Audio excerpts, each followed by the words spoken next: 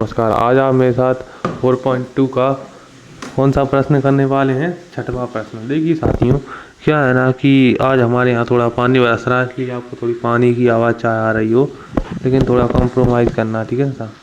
आपको समझ में ये पूरा आएगा। और इसके पुराने प्रश्नों की जितनी भी वीडियो है ना साथियों, उन सब के लिंक मैंने आपको डिस्क्रिप्शन में दे दी है, वहाँ से जाकर आप देख लीजिएगा। तो साथियों मेरे, ज़रा आप ध्यान से देखिएगा। इसमें है कि माहौली गांव के एक आयताकार भूखंड विद्यालय बनाने के लिए सुरक्षित है। इस भूखंड की लंबाई 11:4 है, ठीक है ना मेरे साथियों?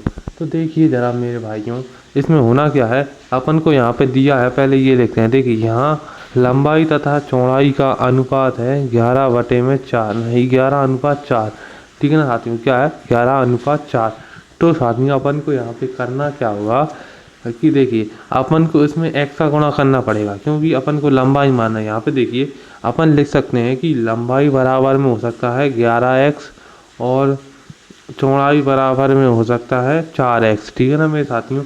ऐसे कर सकते हैं, इसी तरह से करते हैं मतलब प्रश्नों को। आप पिछले प्रश्नों में ही देखते आ रहे होंगे कि अपन कोई भी संख्या होती थी उसको x मानते थे, ठीक है ना मेरे साथियों? अब देखिए यहाँ पे क्या होगा, अपन लिखेंगे भूखंड का परिमाप। देखिए साथियों, इसमें होना क्या है कि अपन को इसका परिमाप ज्ञात करना है। तो देखिए पहले मैं आपकी जानकारी के लिए बता दूं कि अपने पास ना एक इस तरह का भूखंड है, इसकी लंबाई है 11x और इसकी चौड़ाई है 4x। अपन को लंबाई और चौड़ाई दे रखी है, अपन को इसका पूरा परिमाप ज्ञात करना है, ठीक है ना साथियों? अपन को पूरा इसका परिमाप ज्ञात करना है, ठीक है ना? परिमाप ज्ञात कैसे करते हैं, पहले ज़रा ये देखिए। अपन को इसमें एक और चीज़ दे रखी है, पंचायत को इस भूखंड की बाढ़ कराने में 100 रुपये प्रति लीटर लिखा हुआ है, सॉरी यहाँ पे प्रति मीटर, सॉरी मीटर ही लिखा है, प्रति मीटर की दर से 75,000 व्यय करने होंगे।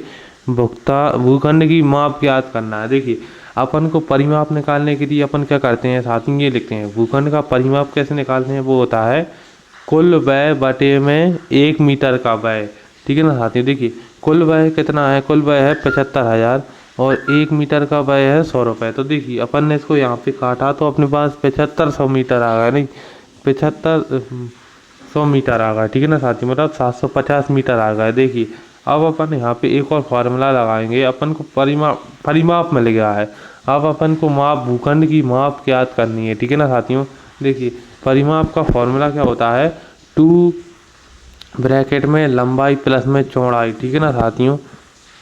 अब यहाँ पे अपन लिखेंगे परिमाप बराबर में, ठीक है ना साथियों? ये होता है इसका फॉर्मूला। अब अपन लिखेंगे, क्या लिखेंगे कि देखिए अपन को लंबाई कितनी दे रखी है, चौड़ाई कितनी दे रखी है, वो लिख दिया। फिर अपन परिमाप अपन ने ज्ञात किया था वो कितना था साथियों, वो भी लिख दिया। देखिए अब क्या होने वाला है साथियों यहाँ पर कि ये देखिए ज़रा कि अपन ने इनको जोड़ा तो ये होगा 15, 15 में 2 का गुणा किया तो होगा 30।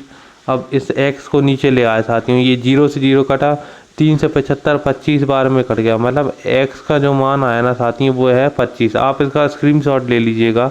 मैं आपको और ये देखिए जैसे लंबाई अपन को ज्ञात करनी है। देखिए अपन को परिमाप इसमें दिया हुआ था, अपन को उसमें लंबाई और चौड़ाई भी मिले। देखिए इस तरह से अपन इसकी लंबाई और चौड़ाई ज्ञात कर सकते हैं। देखिए 4 × 25 कितने होते हैं साथियों, 100 मीटर।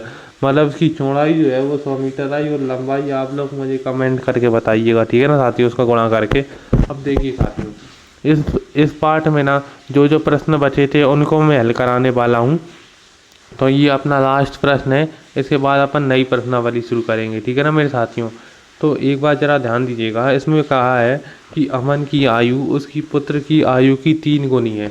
तो सबसे पहले अपन मानेंगे, यहाँ पे लिखना है माना अमन के पुत्र की आयु बराबर में है x वर्ष। अमन के पुत्र की आयु कितनी है साथियों, x वर्ष, ठीक है ना साथियों? और अमन की आयु कितनी है, अमन की आयु है 3x, मतलब उसके पुत्र की आयु से 3 गुनी है। तो अपन यहाँ पे लिख देंगे 3x। और यहाँ पे अपन को एक और चीज़ दे रखी है कि 10 वर्ष पहले मतलब अपन को इनकी आयु में से 10-10 घटाने होंगे, दोनों की आयु में से 10-10 घटाने होंगे। देखिए पहले अपन क्या लिखते हैं, 10 वर्ष पहले अमन की आयु कितनी थी, मतलब हो जाएगी 3x। मतलब यहाँ पे करेंगे अमन की पुत्र की आयु की 5 गुनी थी, ठीक है ना सर? 10 वर्ष पहले उसकी पुत्र की आयु पुत्र की आयु की 5 गुनी थी। मतलब पुत्र की आयु कितनी है साथियों, x है, तो उससे कितनी थी, 5 गुनी थी। देखिए साथियों, अब अपन क्या करेंगे जरा ध्यान दीजिएगा। इसमें लिखा हुआ है कि पहले उसकी आयु पुत्र की आयु की 5 गुनी थी। मतलब अमन की जो आयु थी ना